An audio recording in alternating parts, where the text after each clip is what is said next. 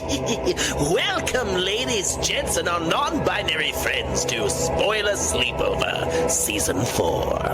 The altar has been set, the drinks have been mixed, and a sacrifice must be made. So, join the cult of classics.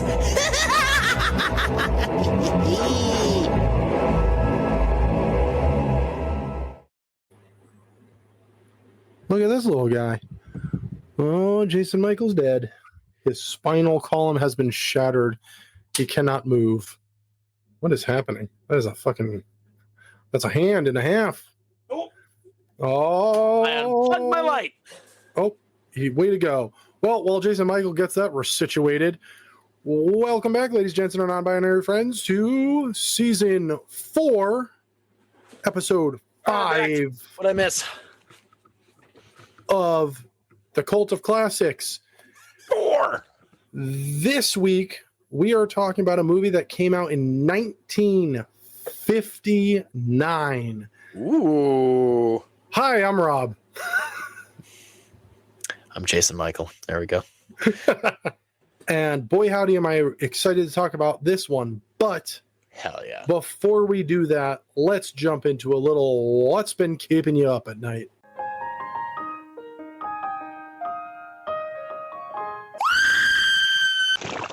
Jason Michael. Hi. What's been keeping you up at night? Well, apparently, this son of a bitch just had a fucking trip to England and Ireland and all that, but he also has been doing a lot of other stuff trying to catch up since then. So I'm going to give you a quick rundown of literally everything I tried to catch up on after 2 weeks. Oh, shit. Hardcore. Catching up on The Boys, which last week's episode came out the week of the finale. Obviously not going to say anything. From season 4 is getting more and more and more depressing the longer it goes. And I want something nice to happen, but I'm here for the depressing side of it because god damn it. Is that show just good? Seriously. Daredevil, Born Again, Season 2. Watch the finale. Here for it. Sets up for not only for Season 3, but also for things in, most likely, Spider-Man Brand New Day, as well as the future of Season 3 and possibly The Defenders? And then, of course, as previously hinted on, let me give you a quick spin of how my attempt at going to see Lee Cronin's The Mummy went. Now, here I go, Saturday night. It's at the end of its life cycle in theaters. The only time it's showing is 9 p.m. I checked every single day, and it was only showing at 9 p.m. I'm like, fuck it. I've been wanting to see it. Rob had already seen it. Thoughts coming soon. Can't really say anything about it, but thoughts coming soon. And I was like, fuck it, I'm going to go see it. So I hop in the theater, and I'm sitting there, ready to go. There's like 3 people in the rows in front of me. They're quiet. It's like, cool, sick. As the movie begins, 3 people walk into the theater, sit directly next to me. Not a couple seats down, directly next to me in the theater. I'm like, for fuck's sake. They are talking the entire time. Now, as you've heard both Rob and myself, shut the fuck up. Now, me personally, I have a job where I kind of need to perform and maintain a face of, ooh, I'm not going to rip your throat out in public. Do I internally think it? Yes. However, when I'm going to a movie theater late at night in a town close to where I work, I could literally run into anybody. I have run into people before, so I have to reserve myself. So the movie started at 9. There were 2 trailers, maybe 3, one of which was for The Passenger, which I'm kind of here for. Okay, Rob is not. The other one was for Obsession. So There you go. Rob's happy again. Now, it started shortly after that, to be expected. I got maybe 40 minutes in before I walked out because they would not shut the fuck up. The three people in front of me started talking. They're whispering the entire time, but I can hear them. I'm sitting right next to them. I can hear them. One of the fucking kids is going, like, the moment, this isn't a spoiler because you've seen it in the trailer. Katie wakes up and she's sitting there going, oh, wake up, wakey, wakey. And I'm like, I'm going to fucking throttle you. Shut the fuck up. And I looked up, I was like, guys, seriously, please, trying to maintain, some form of decency. I'm like, guys, please stop. They're like, we haven't been talking. It's like, excuse me? He's like, we haven't been talking the entire time. We've been whispering. We're not even that loud. I'm like, first off, bitch, whispering is talking. Second off, I'm sitting right fucking next to you. I don't care if you've been whispering. I can hear every stupid, insignificant, waste of breath comment that you're fucking making. Third off, you're in the movies where on the screen beforehand, they post a giant thing saying, no talking. Shut the fuck up. You're not Mystery Science Theater 3000. We're not at your goddamn home. You're in public. Be a goddamn normal human being, a decent human being who shuts the fuck up during movies when you're in public and it's not all about you, you high and mighty cunt.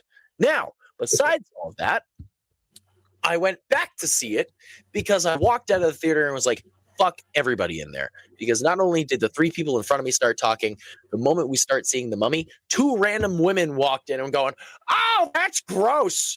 Oh, what's happening here? I'm like, so I walked out.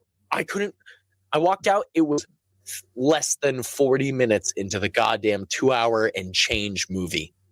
I was not sitting there for the rest of that. Jesus Christ. Uh-huh.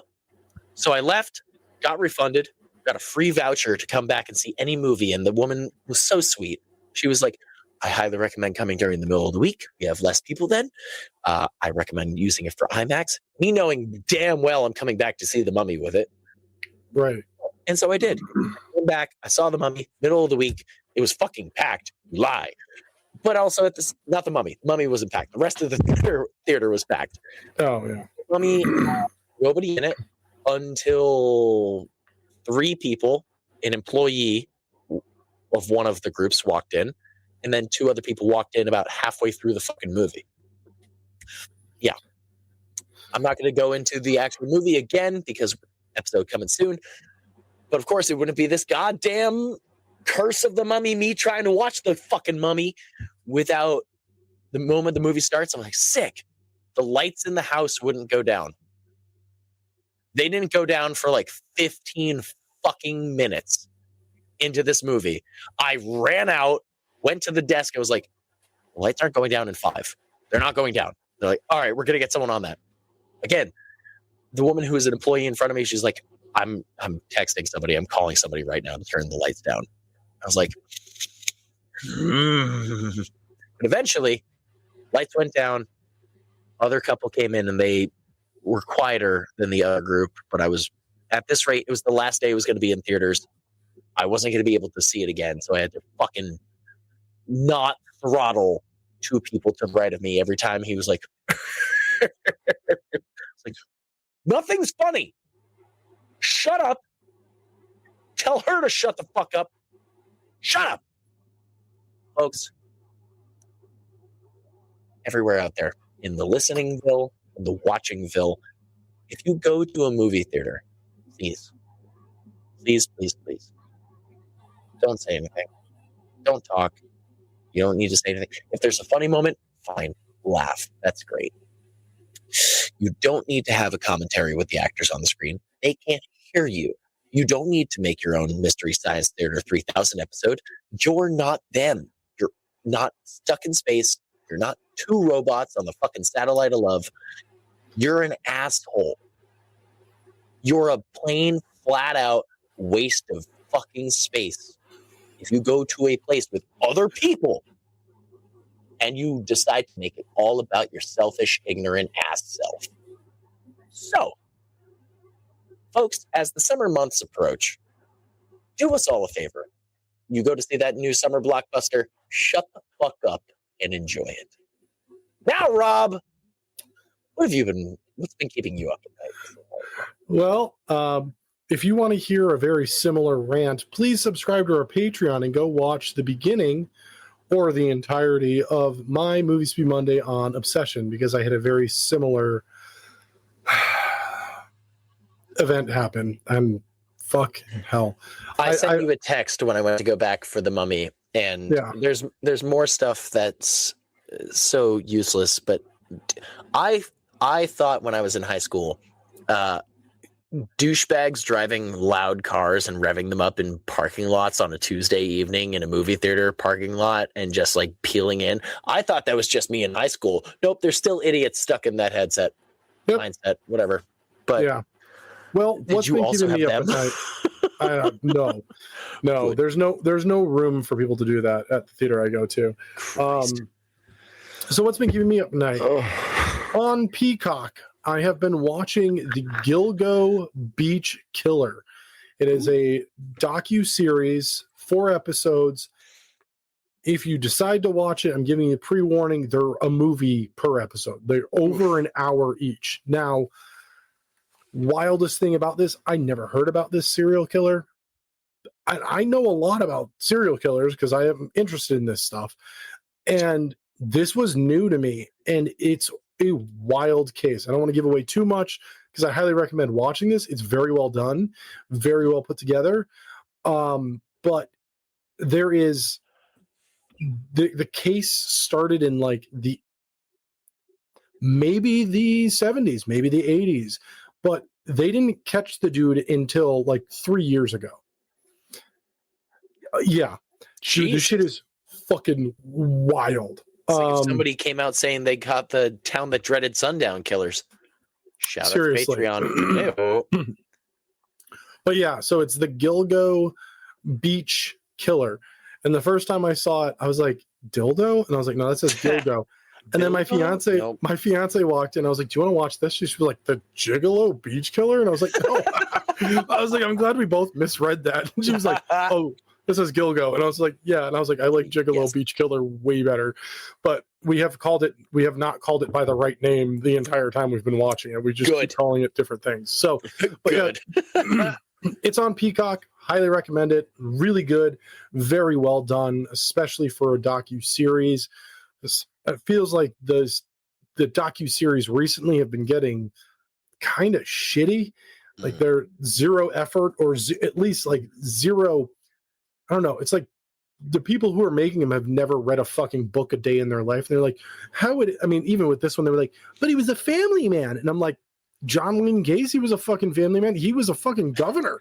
Like, what do you mean? Like, are you fucking dumb? Like, come on, people. Use your fucking head. Read a book. Anyway. Read a fucking book, moron. Yeah, seriously. But that's what's been keeping us up at night.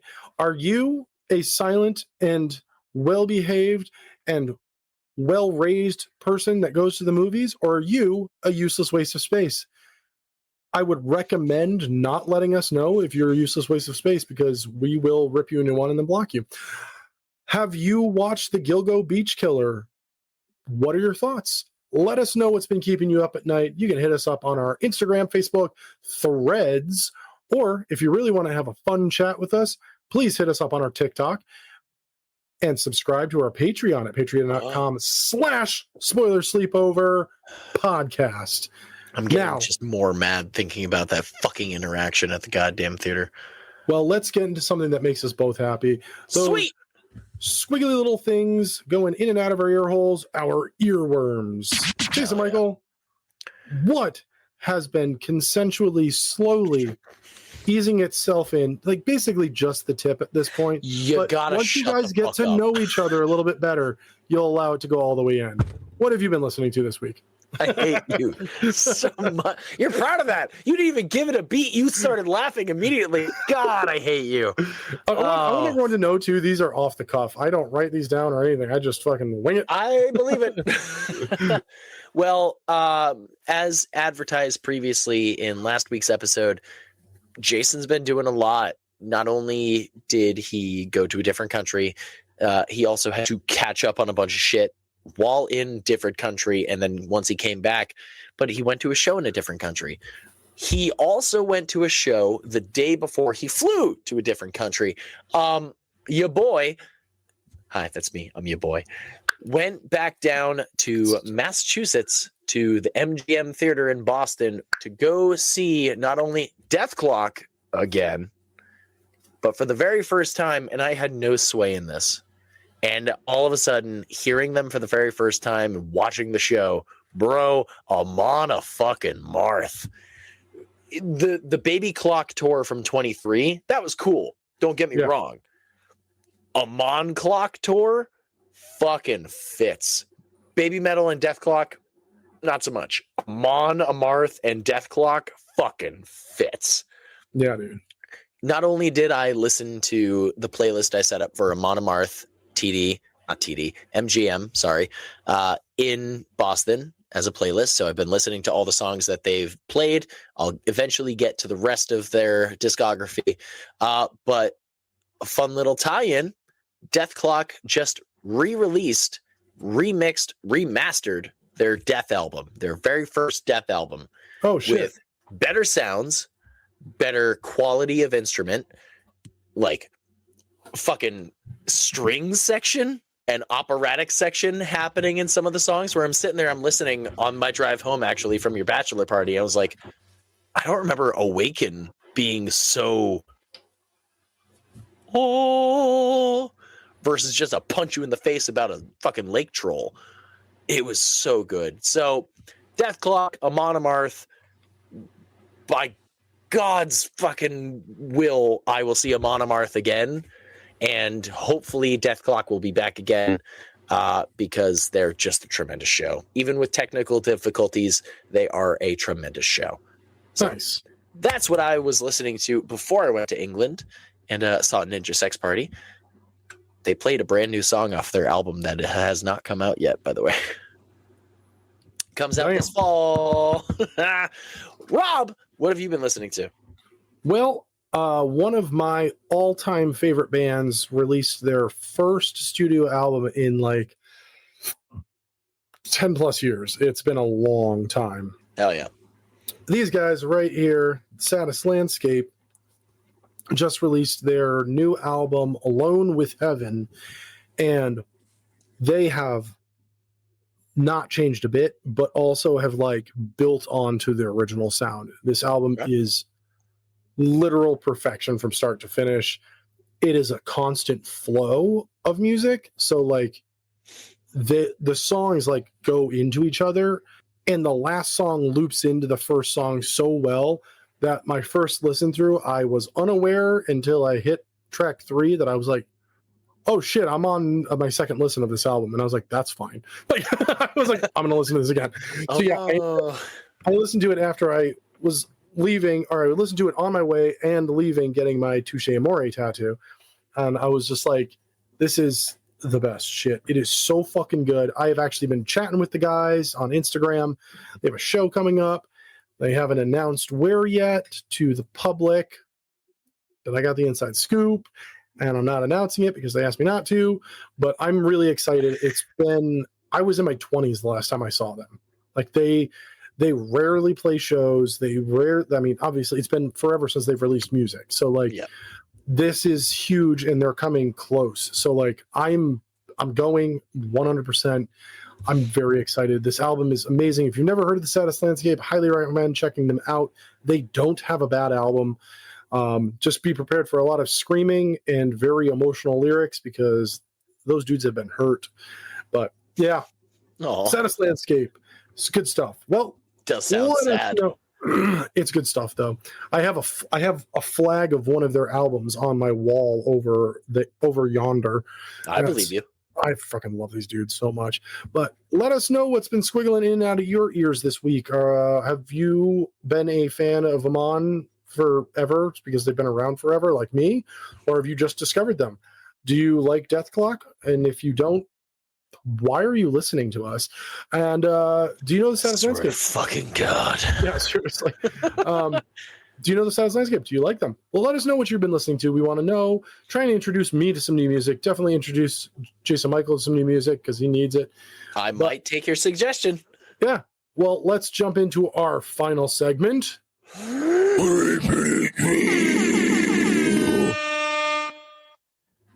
Okay, I have...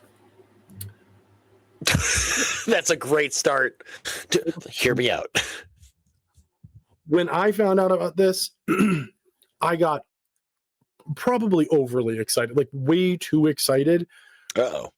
But I wrote it down. I was like, I feel like this needs to be heard because the news is out, but it's not like out yet.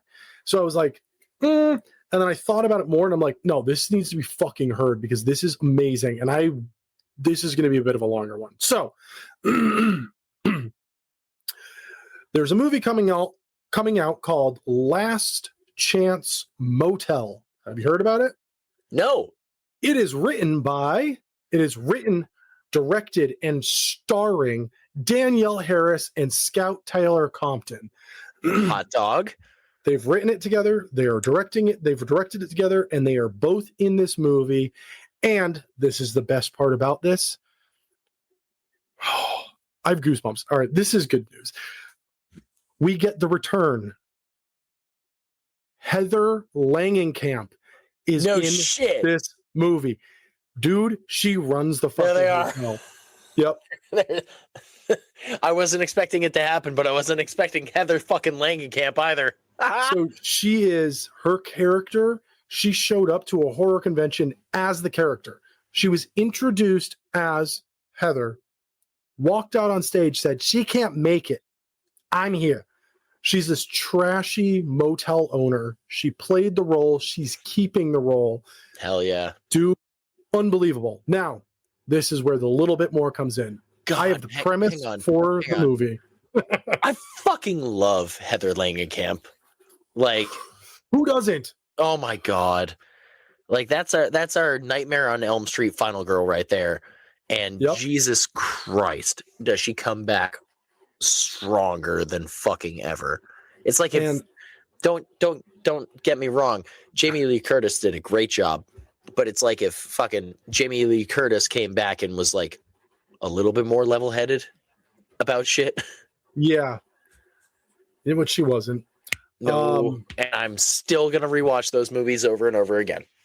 Samesies. So, are you ready? I'm ready. Buckle in for this one? Hang on. The premise for Last Chance Motel: a newlywed couple whose dream wedding spirals into a bloody nightmare when they uncover that their secluded venue desolate motel deep in the Nevada desert is run by a relentless, bloodthirsty family with dark secrets. So some of the previews have, this movie's already been previewed. It's done. We don't have a release date yet, but the few interviews and the few people who have come out and said, I got to see this, have said Rob Zombie would be proud. This is what the Firefly family should have done as well. Internally, I'm going, oh, yeah. Externally, I just want to go, fuck. Well, you want to get really excited? Oh, shit. Go on. Danielle and Scout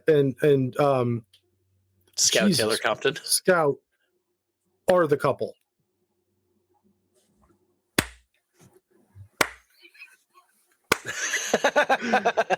Dude. Here's the thing. Since their podcast, I mean, they can take on the fucking world.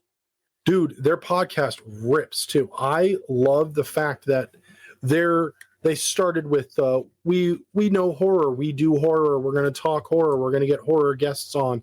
Yeah. They went from that to like, let's talk about relationships, let's talk about raising families, let's talk about, healthy sex lives. They have just expanded that podcast into just so much more than they even envisioned, that like it's a mixed bag. You never know what you're walking into on an episode, and it makes it intriguing. I get excited for new episodes because I'm like, what the fuck are they going to talk about now? You never know. It's true. And you know what you can do for a little additional is go listen to Talk Scary to Me by Scout Taylor Compton and Daniel Harris. Such a good podcast. So fucking good. Those women are just, they're just so strong. They're so amazing. They, you know, I'm not a woman and I look up to them. Like they are positive influences for women all around the world. I was going to say, I think you're taller than them. Oh yeah. But Danielle Harris, I tower over her. She comes up to like my hip probably. We had 4th too. We had the opportunity when we went to Silver Scream Con, and I got nervous that she was like my crush from back in the day. I would probably pass out if I ever ran into Jennifer Love Hewitt because she's like my still running fucking celebrity crush. Like I still have a crush. Hi. Literally, I would lose it. This is how. Hey, I'm gonna Jennifer Love Hewitt, if you're listening. Oh my god, dude. Hi. I had a crush on her when I was a kid because she was on a show called Kids Incorporated, where every episode started with school letting out and a bunch of kids go to an abandoned theater and they sing songs about like stranger danger and like, you know, school lunches being gross. Like it was that. Jennifer Love Hewitt was on that as a kid with her braces and everything. I had a crush on her then. And that crush never stopped. When Rob was also a child. Yes, I was also a child. I was in elementary school. Oh, man. But I've had a crush on her forever. And I'm years old, and I still do. So, good save. Well, let us know if you're also excited about this movie. And if you're not, the fuck is wrong with you? I swear to God. Let's jump into an ad. Spoiler Sleepover is sponsored by Gore Clown Shop, the only place to get official Spoiler Sleepover merch. Visit goreclown.com now. Dude, I'm excited about this movie. I'm excited to talk about this movie. What to do past Rob telling me to go to goreclown.shop.com, fucking whichever one it is. Don't confuse goreclown.com/shop. Oh. So, I'm super excited to talk about this because we are talking about The Tingler from 1959. And Jason Michael wanted to spoil this last week, and I said, absolutely not. And we get to welcome back the one and the only Vincent Price. Nice. I'm so amped. This movie, first off, we go from color to black and white with a little bit of color in there. But, man, is it two different sides of the coin that is Vincent Price. And if you love Vincent Price like we do, you're here for it, but you're very thrown off by The Fly. And you're like, Michael, The Tingler. When we were writing this list, what did I say? I said, this one needs to be on this list. Yes. Yes, it does. I fucking love this movie. So, the synopsis that the studio put out, an obsessed pathologist discovers and captures a parasitic creature that grows when fear grips its host. I mean, that's how the movie ends. Thanks, studio. Yo, spoilers. Come on now. So this movie, spoiler sleepover. This movie was written by a fantastic duo. It was written by Rob White, and it was directed by William Castle, who introduces the film as well. This is the same duo that made a movie that Jason Michael mentioned last week. These are the same people that made House on Haunted Hill. Written by Rob White, directed by William Castle. You know, I didn't know that, but that explains why I enjoyed The Tingler so fucking much. Yep. These dudes have made some bangers together. Like they teamed up. They were like, yo, we got that sauce. That sounded weird. Why'd you know what I that? mean? Hang on. Rob, why'd you say that? I don't know. Put you on blast. I'm down with the kids. I'm hip. Yeah. How do you do, fellow children? So, thanks, Steve Buscemi. As I stated last week, I'm going to come forward with one fun fact. Now, better be more fun than last week's, please. It is 2026. If you are looking That's for this not fun. movie and you rent it, you're going to get one of two versions. You're going to get the one that Jason Michael got, which is a after, or you're going to get the one that the only one I will watch, which is the black and white movie. Now, fun fact. Columbia provided a slightly revised version in drive-ins. You ready for this? The blackout sequence with Vincent Price saying, "The Tingler is loose in the theater," is replaced with black footage with William Castle saying that the Tingler is loose in the drive-in, and actors screaming that the Tingler is in the back seat. Now, That's cool. what was released initially, colorization was happening already at this point in 1959. Movies were being colored. They were having things added in, little touches here or there. Some movies were being completely fully revamped and fully colored. With this one, they had initially started to do it and then stopped. They were like, we don't want to move forward with this. There's one thing we need to make sure that is in color, and that is the blood. So our first glimpse of color is, we're already jumping into this, Vincent Price cuts his hand at one point, blood. And then later in the movie, we get a blood faucet, we get a blood bath. All in color. Now, the way that these were colored, if you rewatch those sequences, the film grain drops because they didn't have the capability to just simply color one small aspect or one portion of things. They could color the whole thing, which would then make it look fine. Mm-hmm. But coloring just one thing threw everything off film-wise. So those scenes are a little grainier than the rest of the movie. Are you telling me that color existed in real life outside of film before 1958 and 59? No, it was only once they started coloring film that we started seeing color. Oh, so the world was black and white back then too. Yeah. Oh, 100%. I asked my parents that while watching the Universal Monster movies growing up. Did you really? Oh, fuck yeah, I was a kid. That's awesome. Everybody, all right, hang on. Everybody in their life who has ever seen a black and white movie or black and white picture has thought that thought before. And if you're telling me you haven't, you're wrong and you're a goddamn liar. Nope, dude. When the movie opened, we need to backtrack a little. Oh yeah, 100%. Frankenstein. It's fucking Frankenstein. It's Edward Van Sloan coming out, basically being like, "How do you do?" Yeah. The movie you're about to watch will thrill you. It may shock you. It might even horrify you. So if you don't feel, enough to watch this, well, we warned you. This one's like, "Hey man, the shit you're about to see is fucking real. So if you ever feel that tingly feeling up your spine, scream. You need to scream." So I said I had one fun fact. I already gave you two. Here's a third.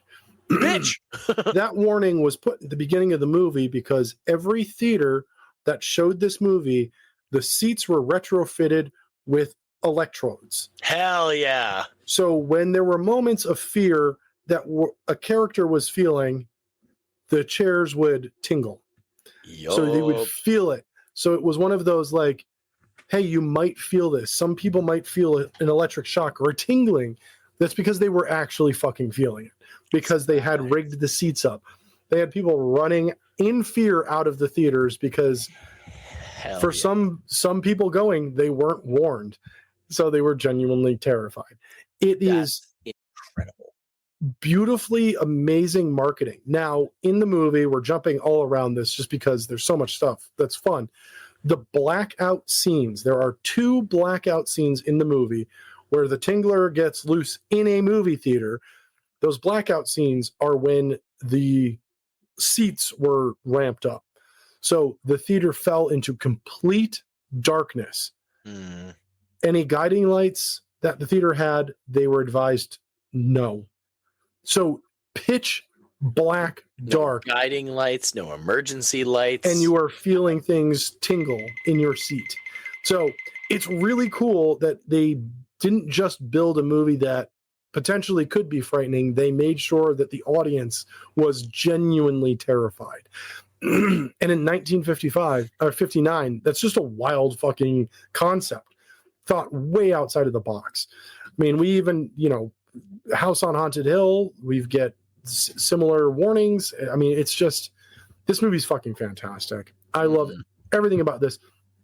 And again, this is another moment. Vincent Price is acting. He is an actor, not an actor in this role. Damn it. And I love it. I think he, again, a year later, he's flexing his acting chops again and being like, look, I can be creepy or I can play a role as the role it is. And he plays this autopsy specialist fucking perfectly. The corniest, I know this is going to be a bold statement, especially for you to hear, but the corniest moment in this entire movie is the beginning of the movie when the guy walks in while he's doing an autopsy and he's like, you can't be in here, you need to pass. And he goes, will this do? And just hands him a piece of paper. Yep. And he opens it up, he's like, that's fine. And then just continues to cut open a body. Yeah. So that man, little ironic here, that man winds up having a deaf wife, a deaf and mute wife, and they run then deaf and dumb. Yeah, and they run a silent theater.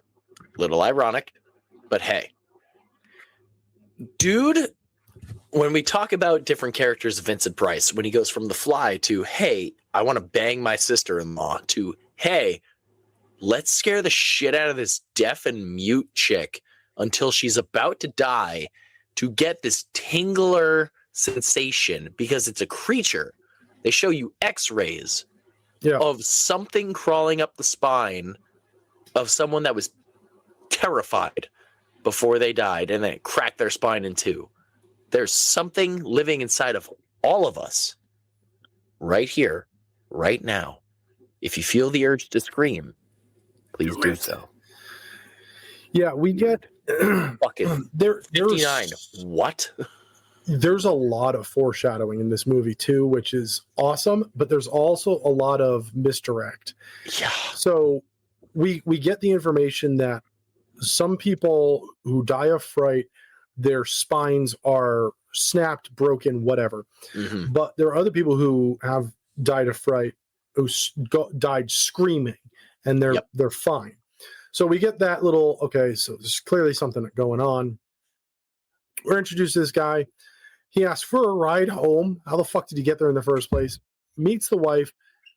Vincent stupidly and poorly drops a saucer that's holding his tea and cuts his hand. The wife passes out to the sight of blood, which is, what's the hydrophobia? I can't remember what it's called. I don't know. Someone will let us know. But chicken shit can't stand a sight of blood. No, I'm kidding. Back then, I guess there wasn't a term for it yet. But she passes out to the sight of blood. We then find out that Vincent has a work partner who is trying to marry his sister-in-law. We have another sister-in-law situation. And that Vincent is married to a literal rich bitch.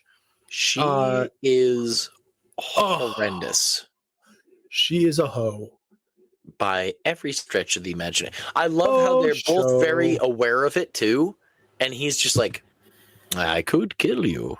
It's again, it's very House on Haunted Hill, because when Vincent and his wife in House on Haunted Hill, they loathe each other. And occasionally he'll just go, I could snap your neck right here. No one will know the difference. And this is like there's no reason for her to remain with him, but he's totally with her for her money. Yep. So he catches her cheating on him. He threatens her with a gun, shoots a blank at her. She passes out. He takes the x-rays. We get he brings in his partner, shows him the x-rays. I'm showing you these in reverse order on purpose. And you get to see the Tingler appear. It's like a giant horned centipede that you don't want near you at all, let alone in you. I have a mini one. This is how much I love this movie. I have a mini Tingler. Oh my God. When you said mini, that bitch is mini. I got this at a horror convention. At a table, I bought a sticker, and the guy was like, "You want something from the basket?" And it was just a basket of like little things. And I was like, "Is that a tiny Tingler?" And he goes, "You're the first person to figure out what that is. Everyone says it's a centipede." And I was just like, "I'm taking that." So I have a tiny Tingler. It literally sits here all the time on the side of my desk. Hell yeah. So we get to finally, like, the dude that showed up for the autopsy unintentionally names it the Tingler. Yep. And Vincent just is like, "I like that name. I'm going to keep it." And then takes all the credit. "Oh, he said it." Yeah. There's a lot of, he was also given this drug that induces terror. He is told not to take it. So he does. And Yes, you do. he's voice recording himself. Apparently his lab in his house is soundproof. So he locks both doors. His partner and sister-in-law are outside the door like, "I wish I could hear what he's saying. He's talking, but I have no idea what's going on." He told us to go to the movies, but let's eavesdrop. Let's this drop show some is eaves. way more impressive. Yeah. And he freaks out. Of course. Mm-hmm. Nothing. He tries his best not to scream. So he is using himself as a guinea pig. And he could not hold it back anymore. And he screams. And he's fine. We kind of jump around a bit more. This movie is a shorter watch, thank freaking goodness. But the deaf woman is, since seeing the blood, we find out has not been sleeping. So her husband asks Vincent to come over and help her go to sleep. So as a viewer, we are thinking, we know she has this fear, so Vincent is going to drug her. He doesn't. He gives her a drug to go to sleep. Then she wakes up because she hears something, and we see this creepy mask. That mask fucking rips, dude. A guy with a fucking machete walking towards her. She's terrified. She is a mute, so she can't vocalize at all. She leaves the bedroom. A sliding door opens, and a gorilla arm comes out with an axe. It's like every Three Stooges horror short ever. Yeah. My favorite part of this is like she like moves away because the arm comes out and like the axe like is presented in front of her, and she runs across the hallway, and he just like this with his hand, and the axe like lands dead in the table right next to her. Yeah. It's wild. She goes into the bathroom, and this is the second time, the final time, we see red on screen. It's and fucking nuts. We hear, obviously she can't hear anything, but we hear faucets running, and she looks horrified, and the camera pans, and the sink, the faucets have blood coming out of them. And then we hear more water, and the camera pans, and the bathtub is full of blood. And as she is like at the cusp of fear, a bloody arm slowly ascends out of the water towards her. And then we cut back to Vincent in the lab getting a phone call. Super casual. He is getting a call from Homeboy saying that his wife is dead. Now, I was 100% on board with the idea of Vincent Price's and fucking decided, you know what? Let's give her the same fear juice that I gave myself. Yes, it'll help you sleep. Why are you laughing? No reason. Yeah. And then he sneaks away. Right. Was I expecting what else happened here? Not a fucking chance. Not a goddamn chance. Yeah. No, it's wild. So with the twist. Yeah, he is like, all right, I'll come see your wife. We'll do this. And he's like, no, don't worry. I'll bring her to you, which is fucking strange. Sorry, what? Yeah. So dude shows up with his dead wife wrapped in a sheet. Vincent immediately just goes to, all right, let's cut this bitch open and find out what happened. And this is when we get the Tingler. And he puts up this privacy fabric. And this is so cool because I agree with you that it's so cool. And I'm going to go off on a brief tangent. Can we appreciate how well these things are used in theater and in movies? The Tingler, yes. Most importantly, I go back to Austin Powers. And just like so much you can do with a privacy screen. It can instill the most terrifying goddamn thing that I took out of your spine. Yep. Or, I have a giant dick the shape of a tennis racket. But anyway. My two favorite ones are from two different movies. It's the one where it's him and Heather Graham, and she opens the beer bottle with his butthole. Yeah. That's what you think it is. And then the one where it's him and Mini-Me, and he's like, show me where it is. Where is it on the map? And it's just his hand pointing at the map, but it looks like his penis. It kills me every time. But then the Tingler happened. Yeah. Privacy screens rule. So it's such a cool, and again, this is the levels of Vincent Price's acting is him slowly maneuvering this rubber Tingler to look like it's moving, and that he's actually like detaching it from her spine. And like, we're not seeing her body at all. It's just this thing is being revealed, and it's so cool. I love it so much. My headphones are falling off. So we find out that the Tingler, what kills people who can't scream, is a living organism that we all have inside of us. And if you don't do it, it's in you too. It's able to crush your spine. Yeah. At first, when you said Vincent Price picked this thing up and was kind of maneuvering it like it was moving, in my brain I was like, oh, we're gonna get another fucking fucking Chris Kyle American Sniper bullshit where he's moving the like baby's hand of a baby doll. Oh yeah. Then this son of a bitch, this tingling thing, we see it move on its own. Yes, through puppetry, through wires, but fuck you. The Tingler moves on its own, full shot of the Tingler.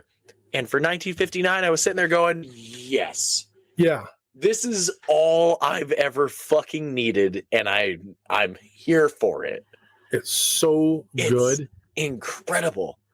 We also very quickly get to witness the Tingler's strength when it attacks Vincent and squeezes his arm, and he says it felt like one of those hydraulic presses. I loved it when he said that. I was just like, hey, good. I got to call back to your movie the year before this. You just did that. People that are in the theaters like, oh, I hope the Tingler doesn't. I understood that reference. Oh, yeah, God, right. Someone in the back's like, shut up. Yeah. I'll kill you. Oh my God. His whore of a wife walks in and screams, and the Tingler releases, which gives us now the exact thing that we need to know. It pieces everything together. The Tingler hates screams and cannot function, loses all strength temporarily while screaming is happening. So now we know. And that's knowing is half the battle. Darn tootin'. So he decides he needs to do some fucking experiments, whatever, on this thing.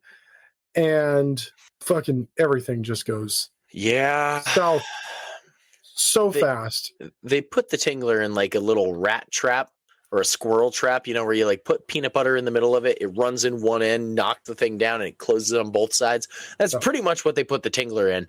The Tingler is so fucking strong, it literally eats and breaks out of the side as he brought it back to Homeboy's house, where his mute wife, still dead, and Oh, We skipped over the fact that Vincent's Nope. wife tries to kill him yeah. using the Tingler. Yeah, she like drugs his scotch that they're about to celebrate with, and Yeah. he's just talking to someone on the phone, and then Yeah, he was talking to the husband. And yeah, he was like, I've arrived back home. Like all of this happens in one evening. He brought the wife back home. He was gonna call the police in the morning, basically, to let her know. Which is plot hole, man. Your wife's back is open. Like, how do you explain that? Laid out, Yeah, she died of fright. What happened to her back? Vincent, fright. I guess. I don't know. But yeah, so he's getting choked by the Tingler, kinky, and then his sister-in-law walks in, screams, thing lets go, runs away. He recaptures, he goes to homeboy's house, and he's like, yo, dude, confession time. You done did this, didn't you? You scared her on purpose, right? And he's like, well, you don't know how it was living with her. And there's my answer right there. Thank you, officers. Please, dude. I again was so on board with the fact that I thought Vincent Price did it. Yep. And then here's this dude, and he takes a fucking mask and machete out of his goddamn like trunk, and I'm sitting there going, huh? Yeah. So Vincent says we need to put it back, and then I'm calling the police, and you're going to confess. Mhm. And he's like, yeah, I don't know so much about that. We'll see. And he goes, well, let me go grab the thing. Nope, he does not. The thing is broken out, and the Tingler has found a loose board and has by its name instead of the fucking meme that we have. dropped down into the theater that's below their house. Oh my god. And they were Oh watching my a movie. God. What movie were they watching? Because I want to fucking see that movie. I didn't look it up. Whatever you movie see they it were with the Tingler flashing in, just going, everyone scream! Dude, did you watch all of that? Dude, the fight sequence was wild in that movie. I was like, some of those punches look like they actually landed. I was like, yo, this is intense, dude. I was focused on the great horned centipede that was crawling around by their goddamn feet, about to crawl into their spine and then say hello to its Tingler brother. I wish I could. You know what? I'm going to keep my eyes out open and see if the Tingler finds its way back into a theater locally, or even to Mass. I'll drive to Mass for this, or Maine. I doubt Maine would do it, but who knows? Because just for this ending sequence, I want to sit in a pitch black theater while this is happening, but I, more than that, want to see the entire screen go white and the Tingler move across the screen. I'd be here for it. How fucking cool would that be? So the Tingler drops into the theater. We get a close-up of a couple, and the boyfriend, I'm just going to say it's the boyfriend, does not know what no means, even though she's not saying no. She is saying it with her body language by removing his fucking arm over and over there's again. some dude who can't catch a fucking hint. Literally. Not even a joke.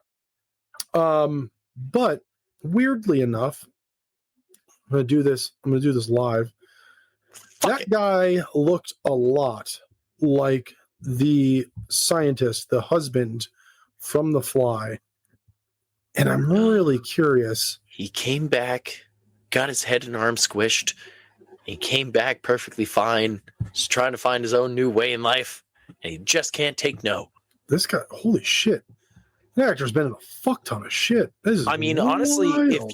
if you straight up tell me that it was the same guy right now, I would believe you, because the amount of actors and actresses, that came back year after year to do different acting roles in Universal movies is incredible. Yeah. Like the amount of, a lot of times it was background actors, and like they were maybe a secondary or even tertiary character and came back just to play somebody else. Like you got to think back on, I can't remember his name right now, and it pisses me off. One of the inspectors in The Invisible Man, the mustache, who shows up at the very beginning, and then he's the goddamn Burgermeister in like Son of Frankenstein or Bride Yep. of Frankenstein. It's like, bro, you got a promotion. Yeah, seriously.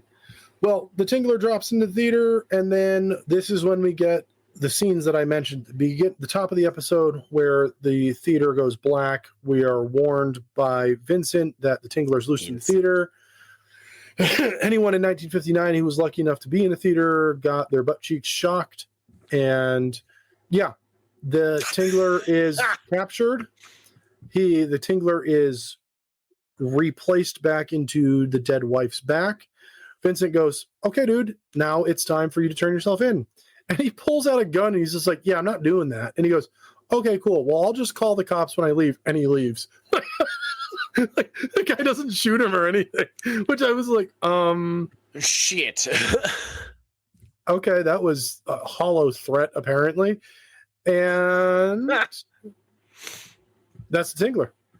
The end, as the From kids say. 1959. I fucking adore this movie. Oh I think my it's God. great. I'm glad there was no pushback when I said this needs to be on the list for the 50s. So, fun fact, I was always here for this one because we have it on VHS in my house. Sorry, in my parents' house. And they never said don't watch it, but for some reason, the Tingler always came across to me as like, ugh, the Tingler. Why would I want to watch that? Oh, that sounds dirty. Ew, gross.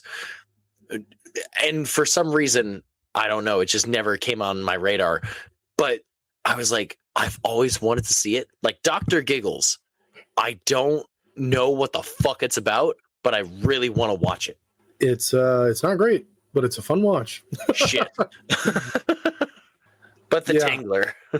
So the Tingler, man, I think you had an idea for last week's episode for a bloody legend, and I nixed it because it needs to be this week's. You know what So that who's means? a bloody legend? You know what that means, suckers? Our bloody legend of the week is the one, the only, Vincent Price. We couldn't get House on Haunted Hill, but god damn it, we can get the Tingler from 1959. Dude, Vincent killing it again. I love this, and I said it last week. I'm going to do it. I've decided before the end of the season, Oh. I'm going to do my best to try and work my way through every movie Vincent's been in. I'm going to try. I'm going to try my best. And I watch Keep movies. talking. I'm going to look up his filmography real quick. Oh, it's a lot. I already have. I believe it. It's a fuck ton. I'm only going to watch movies where he's a main role. Like, Over 100 films. yeah, because there's a lot of movies where he is a walk-on. He's in The Great Mouse Detective? Oh, shit. So Fuck. Now- He's Professor Ratigan. Sorry. let's get into our ratings. Jason Michael. Yes, sir. Where does the Tingler from 1959 land in your cult? This is the final rating. This is our final cult from the 50s. Oh my God, have we already passed through the 50s? Jesus Christ. I will say, looking at the list, there's some pretty good one for the 60s. I would comfortably say it's not a leader like 20,000 Fathoms and Plan 9 isn't. Arsn't. But the Tingler is such an underrated gem that I feel like if you haven't watched it, you need to, especially if you love Vincent Price, you need to see the Tingler. It's an it's an earlier generation of fear. And like what we've talked about so many times with the 50s is intentional, like people plotting to be like, all right, this is going to get A, asses in seats. B, Mhm. we're going to have people freak the fuck out and dip. So it's going to bring more asses to seats. The Tingler, starting off with the Van Sloan type, listen, shit's going to get fucked. Just so you know, Yeah. we're all screwed.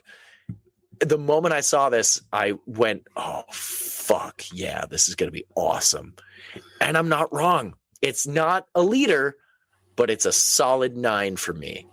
I love the Tingler. Oh, the Tingler was a kick in the pants that I needed for the fucking 50s, dude. Yeah. Nice. Rob, where in your cult would the Tingler lie? So I'm doing a placement and I'm doing a shift because I want to follow through on my cult for the 50s being a proper fucked up cult. So Cool.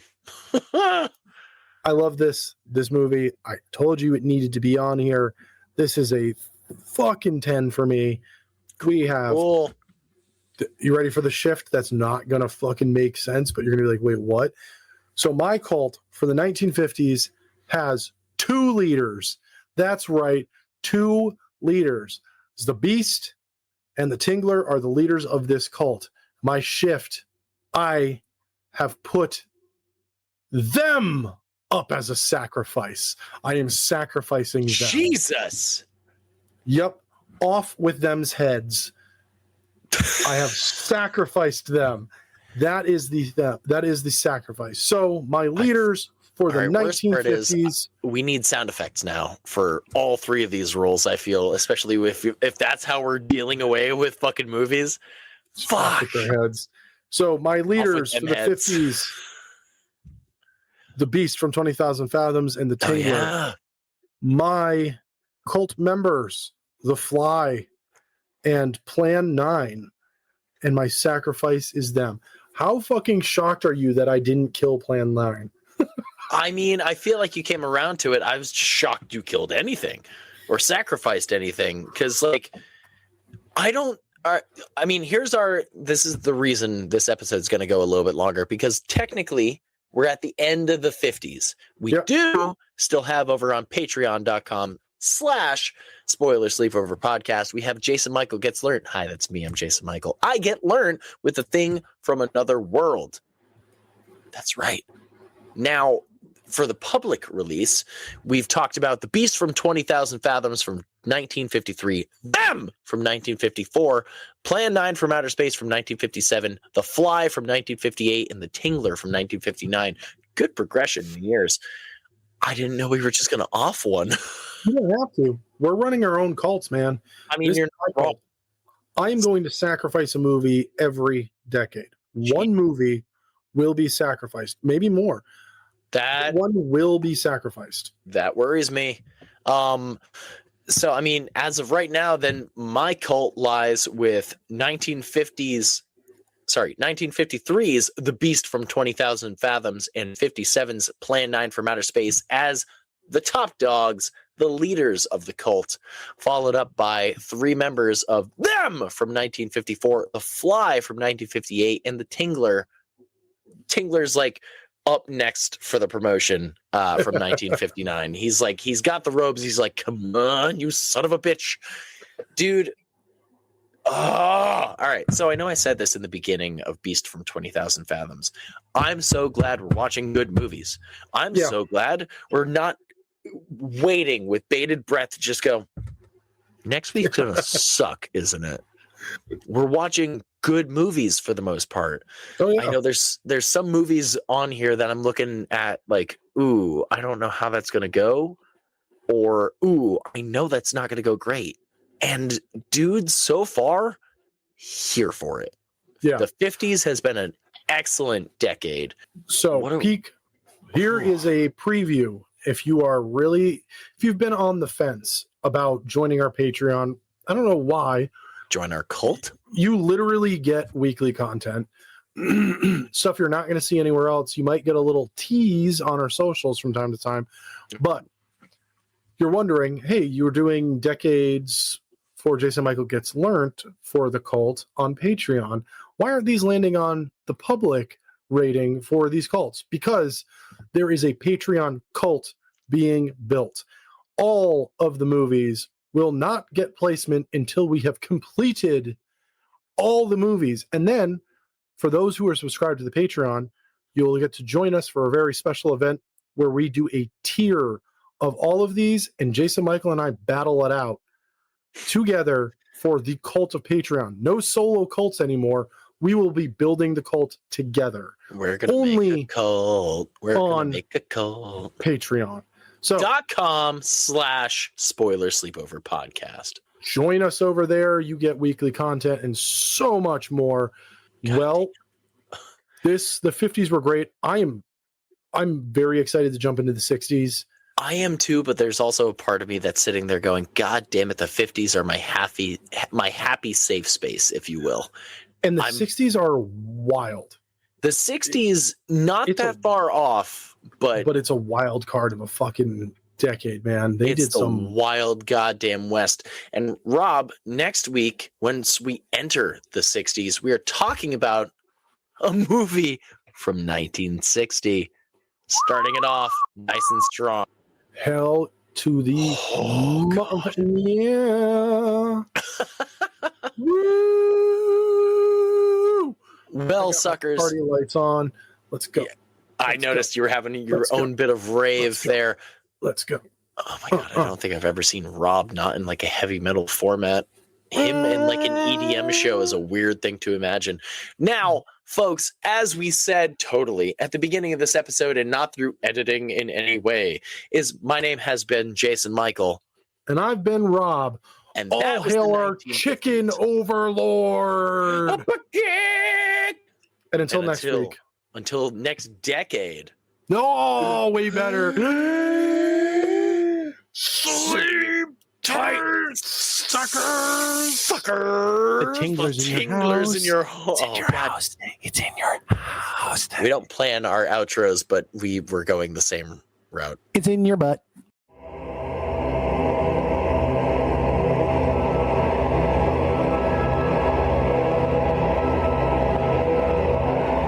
Thank you for listening to this week's episode of Spoiler Sleepover. Join our cult by following our socials like Instagram, Facebook, YouTube, and Twitch.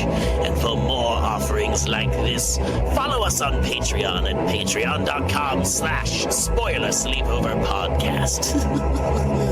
So until next week, sleep tight, suckers!